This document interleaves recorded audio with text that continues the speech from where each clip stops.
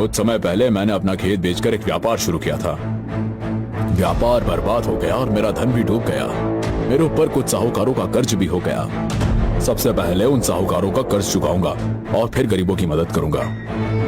जादुई पक्षी माधव की ओर देखकर घूरने लगा। अगर मुझे सबसे पहले खजाना मिल जाता है तो मैं सबसे पहले राधा के पिता को उसमें से कुछ धन दूंगा ताकि वो राधा के दहेज के लिए निश्चिंत हो जाएं।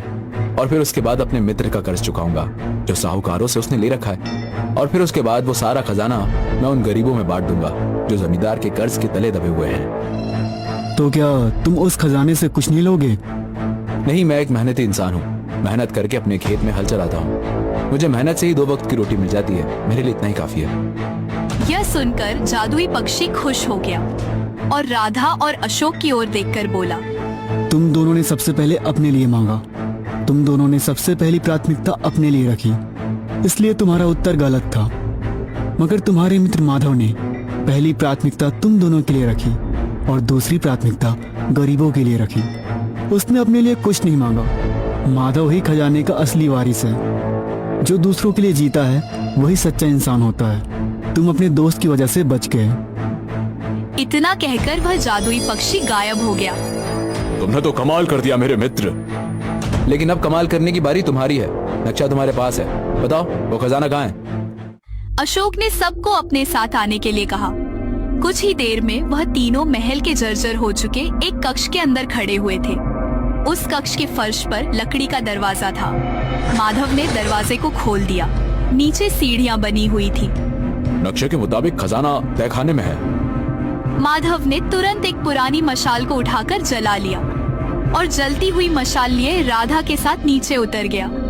उन दोनों के जाते ही अचानक अशोक के होठों पर रहस्य में मुस्कुराहट आ गई और उसने तुरंत दरवाजे को बंद कर दिया। यह देखकर नीचे राधा और माधव पूरी तरह से चौंक पड़े। ये तुम क्या कह रहे हो अशोक?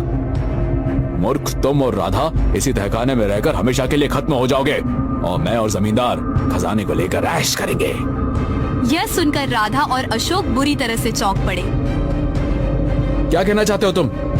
माधव, ये सच है कि मैं तुम्हारा मित्र हूँ, परंतु उतना ही सच ये भी है कि तुम मेरे मित्र कभी नहीं थे। तुम हमेशा मुझसे एक कदम आगे रहे। यहाँ तक कि मेरे गांव में हर कोई तुम्हारी प्रशंसा करता रहा, मेरी नहीं। मैं हमेशा इसी मौके की तलाश में था।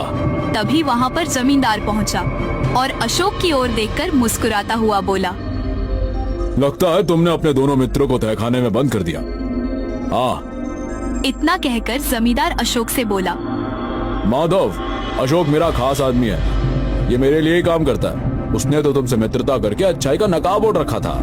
अशोक का नक्शे को तुम्हारे पास लेकर आना मेरी ही योजना का हिस्सा था, क्योंकि मैं उस जादुई पक्षी का रहस्य जानता था। मैं जानता था कि तुम आसानी से उसके प्रश्नों का उत्तर दे दोगे।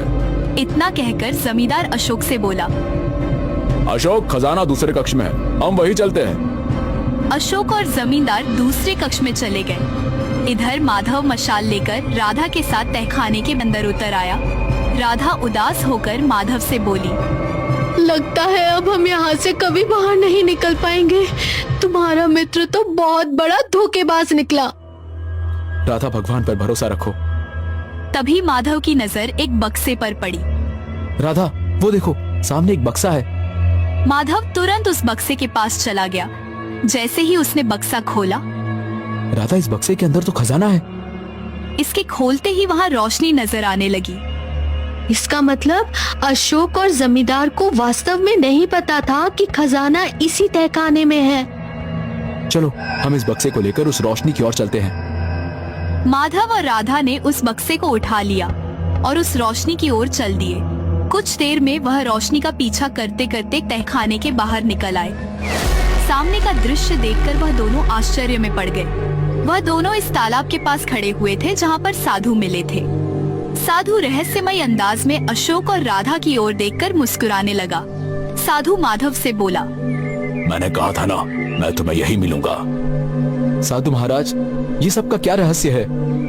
जानते हो माधव, जब तुम पहली बार अशोक के साथ यहाँ आए थे, तब मैं समझ गया था कि अशोक को जमींदार ने ही तुम्हारे पास भेजा था। मैं जानता हूँ कि तुम्हारा मित्र अशोक एक धोखेबाज व्यक्ति है। कुछ समय पहले जमींदार भेष बदल कर मुझसे इस खजाने का रहस्य पता करने के लिए आया था। तब मैंने उससे जादुई पक्षी के बारे में बताया था। तब से जमींदार को एक ऐसे ही व्यक्ति की तलाश थी जो लालच से दूर हो। जब अशोक ने जमींदार को तुम्हारे बारे में बताया, तभी जमींदार के मन में यह कुटिल योजना आ गई। मगर वह मूर्ख एक रहस्य नहीं जानता था, जो रहस्य मैं जानता हूँ। कैसा रहस्य? उस जादुई पक्षी ने तुमसे एक वाक्य कहा होगा कि तुम ही इस खजाने के असली वारिस हो माधव। हाँ, कहा था। उसने सच कहा था। यह खजाना तुम्हारे ही पूर्वजों का था।